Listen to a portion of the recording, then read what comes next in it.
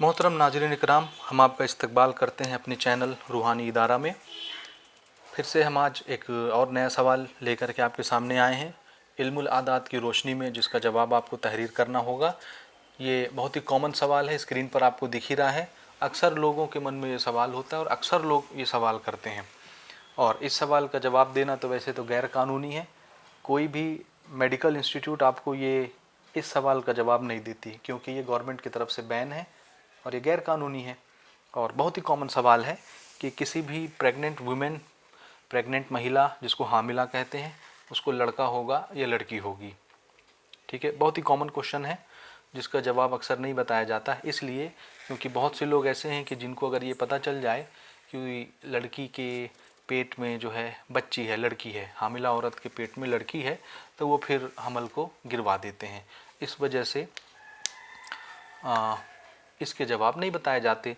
लेकिन इल्मुल आदात की रोशनी में आमिल इसका जवाब जान भी सकता है और बता भी सकता है। और मैंने तो इसका काफ़ी प्रैक्टिकल किया है। कई बार का मेरा तजुर्बा रहा है कि मैंने जिनको भी इस सवाल का जवाब बताया है, एक बार भी कोई गलती नहीं हुई है। जिसको जो जवाब बताया है वैसा ही हुआ है। तो इसलिए मुझे इस पर एतमाद है।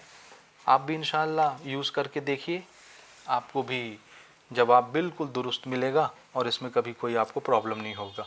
अब देखिए, कोई साइल अगर आपसे सवाल करता है या हामिला खुद आपसे सवाल करती है, तो नाम के आदाद आपको हामिला के लेने हैं। नाम के अदद किसके लेने हैं? देखिए, नंबर 1 एक ही के लेने, सिर्फ हामिला के। ठीक है, यानी जो औरत प्रेग्नेंट है, प्रेग्नेंट,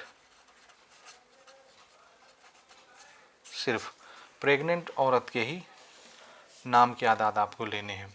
प्लस जिस दिन साइल ने सवाल किया है, तो आपको दिन के अदद भी लेने होंगे। अब चाहे साइल खुद हामिला हो या कोई थर्ड पर्सन ने सवाल किया हो, नाम के अदद आपको हामिला के लेने हैं।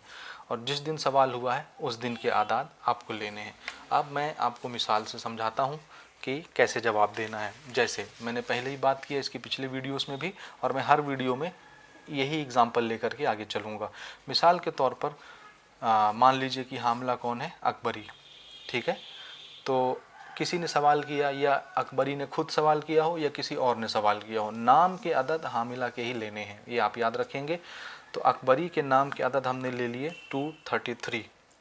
ठीक है, यहाँ पर देखिए, इसके अदद हमने कितने ले लिए? 233।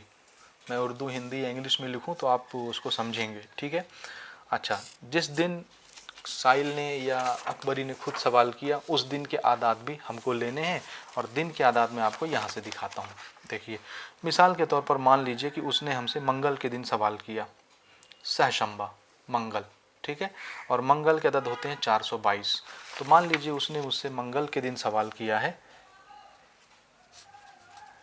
सहशंबा, और इसके अदद कितने हैं? 422। ठीक है ना, मैं उर्दू और इंग्लिश मिक्सअप कर देता हूँ, तो उसके लिए भाई मैं माजरत चाहता हूँ। ठीक है, अच्छा, इंग्लिश में भी मैं लिख देता हूँ यहाँ पर 422। ठीक है, तो इन दोनों के आदाद हमको टोटल कर लेने, जमा कर लेने। यहीं पर मैं जोड़ दूँ या यहाँ पर जोड़ देता हूँ, क्या प्रॉब्लम है? 233 और दिन के आदाद कितने हैं?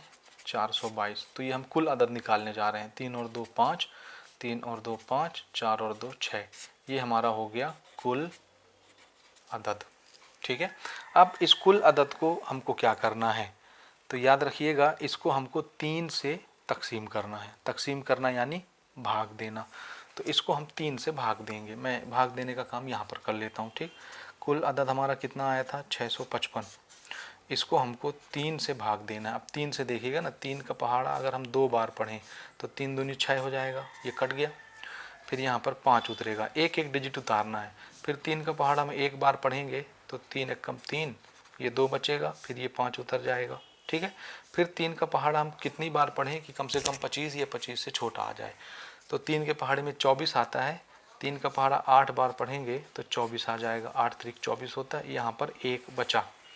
अब याद रखिए, 3 से भाग दे रहे हैं तो कभी भी 3 नहीं बचेगा, 1 या 2 बच सकते हैं, 3 नहीं बचेगा, बराबर से तकसीम हो जाएगा। तो उसी को हम मानेंगे कि 3 बचा हुआ है। अब यहाँ पर देखिए, जैसे इस केस में हमने मिसाल जो लिया है अकबरी और सहशंबा, मैंने हामिला किसको लिया है, अकबरी को, ठीक है। और हमने सहशंबा मंगल के दिन हमने सवाल किया था, उसके हिसाब से हमने इल्मुल अदद से निकाला, तो यहाँ पर एक बचा। एक बचेगा तो हमको क्या हुक्म लगाना है, याद रखिएगा जब भी एक बचेगा डिनोमिनेटर में तो आपको ये बताना है कि आपको लड़का होगा, ठीक है। क्या बताना है, एक बचे तो लड़का होगा, और ये 100% गारंटी से आप बता सकते हैं, ये मेरा आजमाया हुआ है। और अगर 2 बचता है, ये 2, तब तो आप समझ ही रहे हैं क्या होने वाला है, फ्यूचर में, भविष्य में लड़की होगी, ठीक है।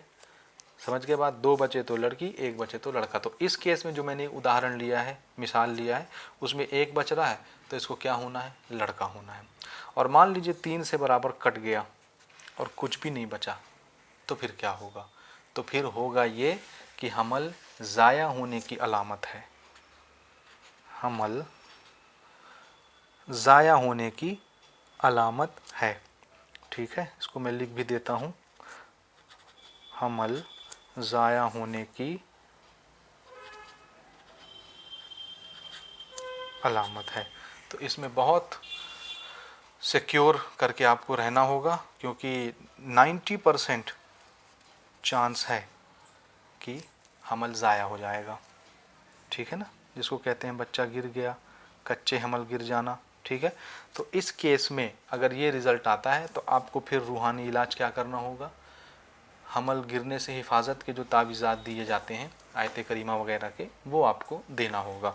अब जिन हजरात को शौक़ हो कि ऐसे कौन कौन से अमलियात हैं जो इस केस में हम मरीज़ों को दे सकते हैं, तो वो पर्सनल आप कमेंट करिए, मैसेज करिए, तो मैं ज़रूर इस पर कोशिश करूँगा वीडियो बनाने का, और बड़ा ही मुजर्रब अमल में आपको बताऊँगा कि हमल ख़ास ज़ाया होने से कैसे बचाया जाता है, ठीक है। तो मिलते हैं हम लोग अपने नेक्स्ट वीडियो में, जिसमें हम नया सवाल लेकर के आ रहे हैं। तब तक आप बने रहिए। चैनल को अगर आपने अभी तक सब्सक्राइब नहीं किया है तो चैनल को सब्सक्राइब कर लीजिए, अपने दोस्तों तक शेयर कर दीजिए, और हमारे नेक्स्ट वीडियो का इंतज़ार करिए। मिलते हैं अगले वीडियो में।